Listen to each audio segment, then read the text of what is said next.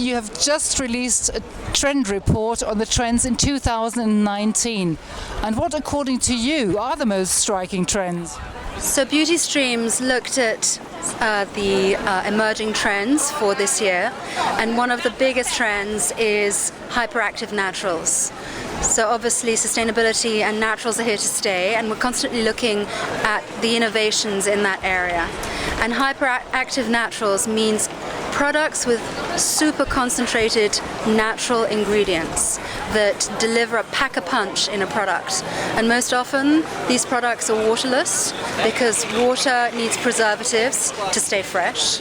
So when you remove the water, you remove the need for preservatives, and you have cleaner formulas, and it really brings to the foreground the super concentrated active naturals, which consumers are increasingly gravitating towards. Can you give some examples? Yes, there are products that are tailored to the hair or skin that have powerful cocktails of oils from the Amazon. So nut oils with a variety of healing benefits for the hair. There are products that for the skin that are on-the-go formulations that are more practical to carry, more economical, and they are longer lasting. Did you identify any other trends? Yes, one of the emerging trends, there's a new category that we call intimate beauty that is looking at the body, a holistic vision of beauty for the body. So it's not just the visible parts of the body, the face and the hands or the neck. It's really about caring for your whole body. So typically these are products, intimate beauty products that just a few years ago were hidden or out of the way. These days we're seeing signals that this is a category that is emerging, that are executed in a much more premium way. So it's like luxury skincare, but for more intimate parts of the body. And quite often these products are founded by women. The women are starting the companies because they recognize a need in the marketplace for products that they themselves want to use.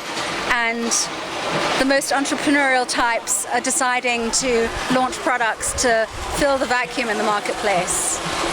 And increasingly in this social media driven world, with open conversations around female bodies, functions, changes in the body, we are seeing a normalization of the conversation around what we want as women, what our bodies need as products. So it's becoming a given, increasingly a given, that we should be proud of taking care of ourselves in a holistic fashion.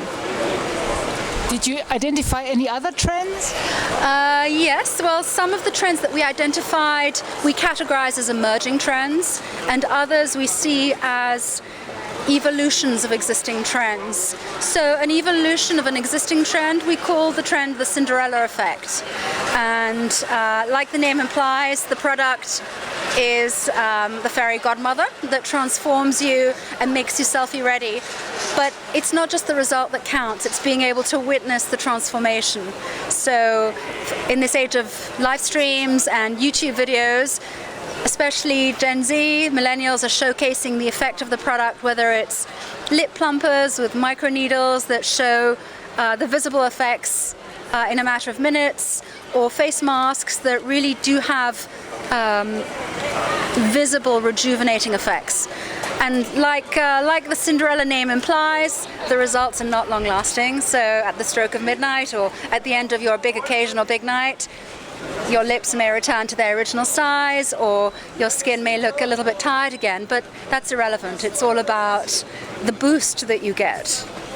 Another example of an evolution of an emerging trend that we're seeing, inclusivity is a big buzzword today, and it's not just about inclusivity for skin tones and races and diversity. It's also how we define masculinity today.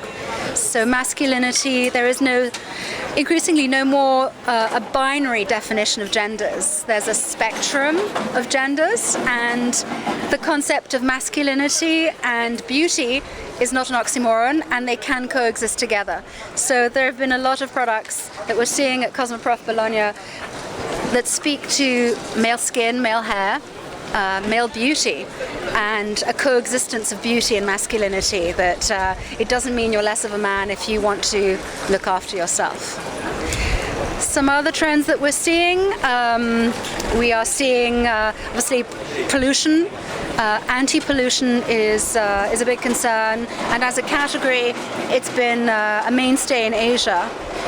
But in the West, the idea of protecting against blue light, so light that is emitting from devices, as well as environmental toxins. So increasingly we're seeing products that speak to the effects of these aggressors on the skin, protecting the skin by using products that act as a shield but work closely with the skin.